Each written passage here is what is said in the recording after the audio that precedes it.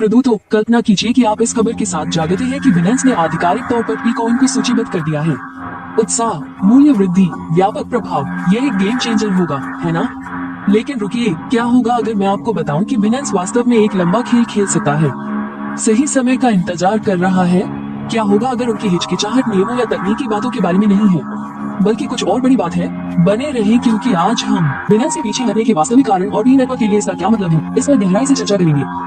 भविष्य, लेकिन पहले मैं आपसे पूछना चाहता हूँ, आपको क्यों लगता है कि बिनेंस ने अभी तक पाई को सूचीबद्ध नहीं किया है? नीचे टिप्पणियों में अपने विचार लिखिए, और यदि आप यहाँ नए हैं या नवीनतम पी नेटवर्क विकासों पर नहीं पहुँचे हैं, तो मेरे पिछले वीडियो देखना सुनिश्चित करें, लिंक विवरण में वही है।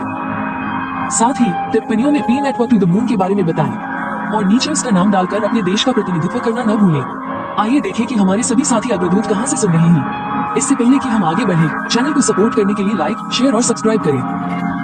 आपकी सहभागिता हमें आपको पी नेटवर्क पर और भी अधिक विशेष अपडेट लाने में मदद करती है। त्वरित अस्वीकरण, ये वीडियो केवल मनोरंजन के उद्देश्य से है और किसी भी तरह से वित्तीय या निवेश सलाह नहीं है।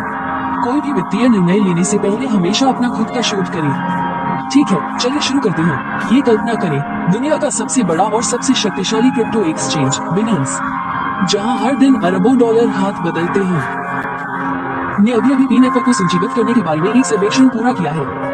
पूरा क्रिप्टो समुदाय, अग्रणी, सीजन ट्रेडर और यहाँ तक कि संशयवादी भी उस एक बड़ी घोषणा की प्रतीक्षा कर रहे हैं, और फिर भी चुप्पी, बिनेंस की ओर से कोई आधिकारिक शब्द नहीं, बस आपके पसंदीदा थैलम एक क्लिफहैंगर की तरह हवा में लटका हुआ सस्पेंस।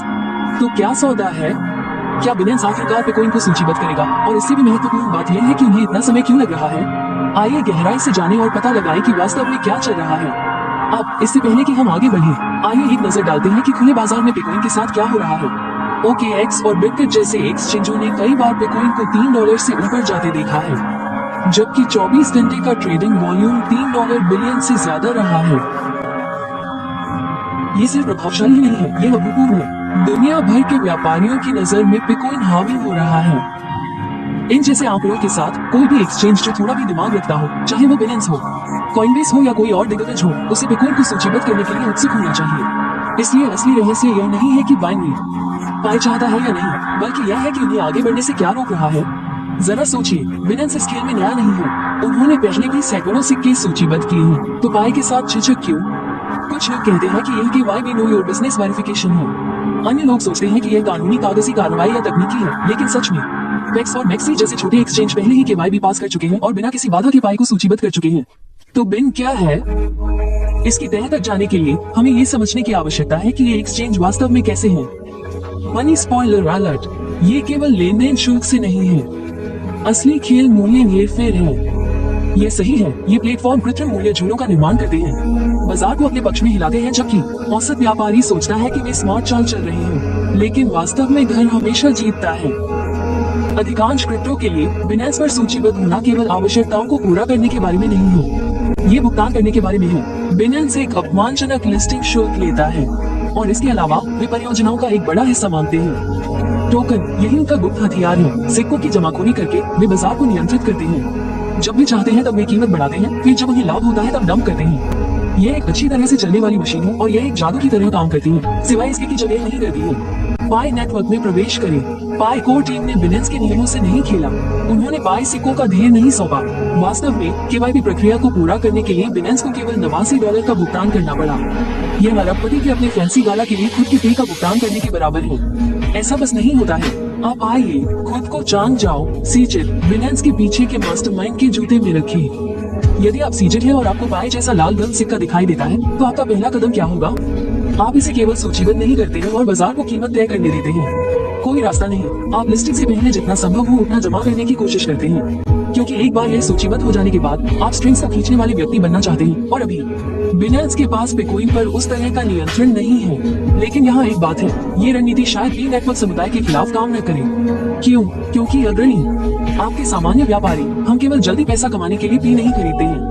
हम खरीदते हैं, हम रखते हैं, और हम भी पारिस्थितिकी तंत्र के भीतर इसका उपयोग करते हैं। यदि कोई एक्सचेंज पाई को कम मूल्यांकित करने की हिम्मत करता है, तो हम पहले ही साबित कर चुके हैं कि हम वापस लड़ सकते हैं। याद रखें कि OKX के साथ क्या हुआ था जब कीमत चौंकाने वाले 60 सेंट तक गिर गई थी। तो अग्रणी समुदाय ने सिर्फ बैठकर नहीं देखा, हमने लड़ाई लड़ी, हमने वापस खरीदा और बस इसी तरह हमने एक जोरदार और स्पष्ट संदेश दिया। बिटकॉइन की कीमत किसी एक्सचेंज द्वारा तय नहीं की जाती है, ये हमारे द्वारा तय की जाती है। यही कारण है कि एक्सचेंज हिचकिचाते हैं। वे ऊपरी हाथ रखने के आदी हैं, लेकिन पी के साथ खेल अलग है। अगर बिनेंस गंदा खेल खेलने की कोशिश करता है तो उन्हें भारी नुकसान उठाना पड़ सकता है। कल्पना करें कि 65 मिलियन पाइनियर्स सिर्फ $10 मूल्य के पाई को खर्च करने का फैसला करने पर मांग आसमान छू जाएगी और एक्सचेंजों के पास निकासी को कवर करने के लिए पर्याप्त पाई नहीं हो सकती है। ये उनके लिए एक वित्तीय दुस्वप्न है और अगर आपको लगता है कि बिनेंस को इस बारे में पता नहीं है तो फिर से सोचें, उन्हें पता है कि वे किसी अनोखी चीज से निपट रहे हैं। पाई नेटवर्क सिर्फ एक और सिक्का नहीं है कि नेतृत्व वाली दूरदर्शी टीम द्वारा समर्थित एक संपूर्ण आंदोलन है। चेन डायन, ये दोनों सिर्फ ब्लॉकचेन विशेषज्ञ नहीं हैं, वे ज्यादातर क्रिप्टो विशेषज्ञों की तुलना में मानव व्यवहार को बेहतर समझते हैं। एक कमजोर नेता के नेतृत्व में शेरों का झुंड सिर्फ भ्रमित बिल्लियों का झुंड है। बिना मजबूत दिशा के सबसे शक्तिशाली समूह भी उद्देश्य और एकता की कमी के साथ अराजकता में गिर सकता है। नेतृत्व वो निर्णायक कारक है जो क्षमता को कार्रवाई में बदल देता है, बिखरे हुए व्यक्तियों को एक एकजुट शक्ति में बदल देता है। इसके विपरीत शेर के नेतृत्व में भीड़ों के बारे में सुना जाता है कि वे अपनी ताकत के कारण नहीं बल्कि उन्हें मार्गदर्शन देने वाले निडर नेतृत्व के कारण दुर्जय बन जाते हैं। यही सिद्धांत पी नेटवर्क और इसकी कोर टीम पर भी लागू होता है। कई क्रिप्टो परियोजनाओं के विपरीत जो प्रचार और बाहरी बाजार रुझानों पर निर्भर करती है, पाई कोर टीम स्थायी पारिस्थितिकी तंत्र के निर्माण के लिए एक जानबूझकर दृष्टिकोण अपना रही है। उनका ध्यान केवल एक डिजिटल मुद्रा बनाने पर नहीं है बल्कि एक कार्यात्मक और विकेंद्रीकृत अर्थव्यवस्था का निर्माण करने पर है जो उपयोगकर्ताओं को सशक्त बनाती है। सच्चा नेतृत्व अल्पकालिक पंप या प्रमुख एक्सचेंजों पर लिस्टिंग के बारे में नहीं है, ये दीर्घकालिक दृष्टि, लचीलापन और रणनीतिक निष्पादन के बारे में है के कारण संघर्ष करती है। हेरफेर का शिकार होने और अटकलों, बिनेंस और अन्य बड़े एक्सचेंजों ने बाजार को आकार देने में महत्वपूर्ण भूमिका निभाई है। अक्सर अपने स्वयं के हित को सच्चे विकेंद्रीकरण पर प्राथमिकता देते हैं। मजबूत नेतृत्व के बिना एक परियोजना आसानी से अटकलों के समुद्र में एक और टोकन बन सकती है। हालांकि पाई नेटवर्क अलग है क्योंकि इसकी टीम केवल किनारे से नहीं देख रही है, इसके भविष्य को आकार देने में सक्रिय रूप से लगी हुई है। तत्काल लिस्टिंग या केंद्रीकृत ताकतों की सेवा करने के बजाय पाई कोर टीम वास्तविक दुनिया की उपयोगिता बनाने पर केंद्रित है और अपनाने के साथ उनका दृष्टिकोण ये सुनिश्चित कर रही है। पाई सिर्फ एक और सिक्का नहीं है जिसे पंप और डंप किया जाता है, बल्कि वास्तविक मूल्य और वफादार समुदाय वाला एक नेटवर्क है। क्रिप्टो स्पेस में सच्चा नेतृत्व रुझानों का अनुसरण करने के बारे में नहीं है, ये उन्हें निर्धारित करने के बारे में है और सही दृष्टि के साथ। पाई नेटवर्क में विकेंद्रीकृत वित्त का वास्तव में क्या मतलब है, इसे फिर से परिभाषित करने की क्षमता है। तो यहाँ सच्चाई है, बिनेंस बिटकॉइन को सूचीबद्ध करेगा। ये सवाल नहीं है कि क्या, लेकिन कब। असली सवाल ये है कि ऐसा करने से पहले वे कौन सी तरकीबें आजमाएंगे। क्या वे अप्रत्यक्ष तरीकों से पाई हासिल करने का प्रयास करेंगे? क्या वे बाजार की भावना में हेरफेर करने का प्रयास करेंगे? उनकी रणनीति चाहे जो भी हो, एक बात निश्चित है, शक्ति अग्रणी समुदाय के पास है। अगर आपको यह वीडियो पसंद आया तो लाइक, शेयर और सब्सक्राइब करना न भूलें ताकि हम आपको पाई नेटवर्क पर नवीनतम अपडेट लाते रहें। अब मैं आपसे पूछता हूँ, आपको क्या लगता है कि बिनेंस का अगला कदम क्या होगा? क्या वे आखिरकार पाई को सूचीबद्ध करेंगे या वे पहले बाजार में हेरफेर करने का प्रयास करेंगे?